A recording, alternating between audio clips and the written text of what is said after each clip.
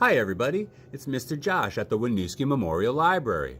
Go Winooski! I hope you all are staying safe and having fun and doing educational things at home while we don't have school. Today, I'm going to show you an origami fold. I'm going to turn this piece of paper into a little box for starting seeds in. I make these boxes so I can grow my seeds for my garden. I put some dirt in and I put the seed and I water it until it grows, and then I take the whole box and plant it in the dirt so I don't hurt the roots when I transplant it.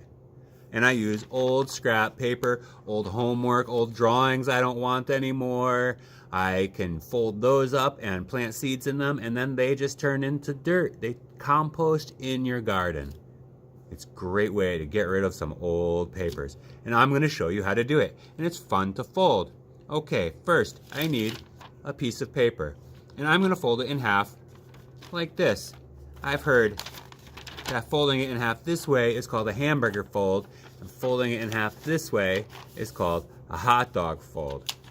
I think that's funny. So my first fold is going to be a hamburger fold. My next fold is going to be a hamburger fold. But this one, I'm going to open it back up. The open side is away from me. And I'm going to take each of these corners and fold it so this side right here is going to line up right here. This part's a lot like folding a paper airplane. I fold that like that and make a triangle. And now I do the same thing on the other side. I want to make sure that I fold right up to this fold without going over it. And I don't want to fold the whole thing over that fold. That wouldn't be good. It won't work. Fold right up to that fold, but don't cross it. And remember, use your fingernail to make that fold nice and sharp. And now do this one.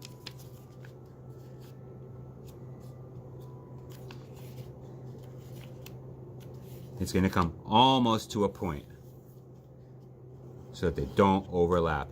Now, I'm going to flip it around and I'm going to fold this top part down. If you want to be fancy, you can fold it twice. You can fold the top edge up to these edges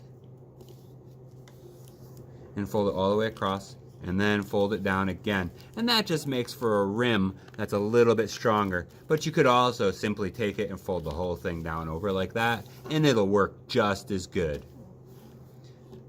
Now, I'm gonna flip it over, and I'm not gonna do that yet. First, I'm gonna fold the sides into the middle.